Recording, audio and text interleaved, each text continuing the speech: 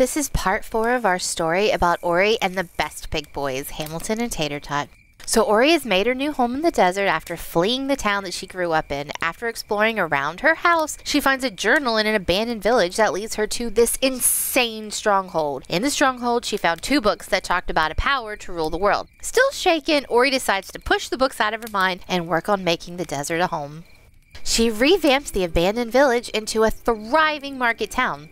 She builds an amazing animal refuge to help protect other animals that have been threatened and were in unsafe conditions.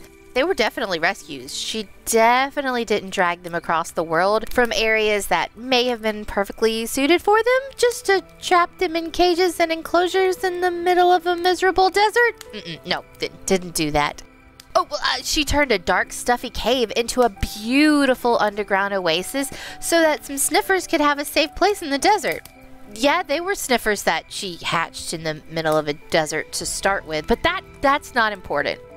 Oh, well, she also built an entire temple sanctuary just for pigs who faced hardships like her own family. Wanting to do more for animals seeking refuge, Ori goes out exploring further and further in the desert. One day, she comes across a desert temple. No big deal. She's explored lots of desert temples. She's a pro. She knows exactly how to safely loot them. Going to the center of the temple floor, because that's obviously the best place to dig down, she starts digging down and gets ready to dodge the pressure plate and avoid the explosions so that she can search the chest at the bottom. At least, that was the plan. Instead, she found herself plummeting far longer than expected. When she finally hit the bottom, there was no pressure plate rigged to TNT. Instead, she was in a maze. A maze! A maze that was filled with tall, dingy stone walls. There was barely enough light to see in front of her. Since she was such an amazing and cunning hero, it only took her 3 days to escape. Just as she emerged through the stone brick opening of the maze, she realized she'd only landed herself in more trouble. Before her lay an overgrown tunnel, slightly more lit than the maze, but long and straight, and it seemed to be never ending. But that wasn't the problem. The problem was, when she stepped out of the maze, ground clicked slightly under her feet, and she heard the sound of retracting pistons. After that, she heard heavy footsteps pounding toward her, felt warm breath on the back of her neck. She took a shaky step forward and peered behind her and sees a huge, hostile Ravager beast thing towering over her, with the cute little collar and a name tag on it that read Boulder. She takes off running down the cave tunnel, Boulder barreling after her. Apparently, she's Indiana Jones now.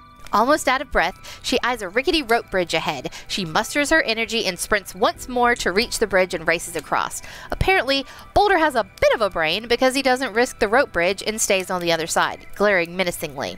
Stopping to catch her breath on the other side of the bridge, Ori takes note of her surroundings. She stands in a small cave with a simple waterfall leaking through the roof. The cave is overgrown, and the water has made a small pond in the floor. Looking up through the water, she can see the sky. It seems like all she has to do is swim up through the waterfall to escape to the surface. Just as she is about to start the ascent, something catches her eye in the back of the cave.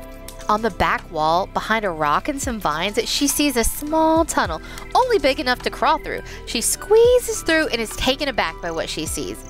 A strange artifact is floating above a pedestal. The power radiating from it is intoxicating. Wanting to escape both the cave and Boulder, and willing to risk what happens, she grabs the artifact and takes off quickly up the waterfall. As her head breaks the surface of the water, Ori is overwhelmed with confusion. She starts making her way back towards the desert and towards home. What the heck was this thing? What does it mean? What is this crazy power that keeps getting mentioned, and what is Ori gonna do? I guess we'll find out next time in the season finale of Nations and Nobles Campfire Lore.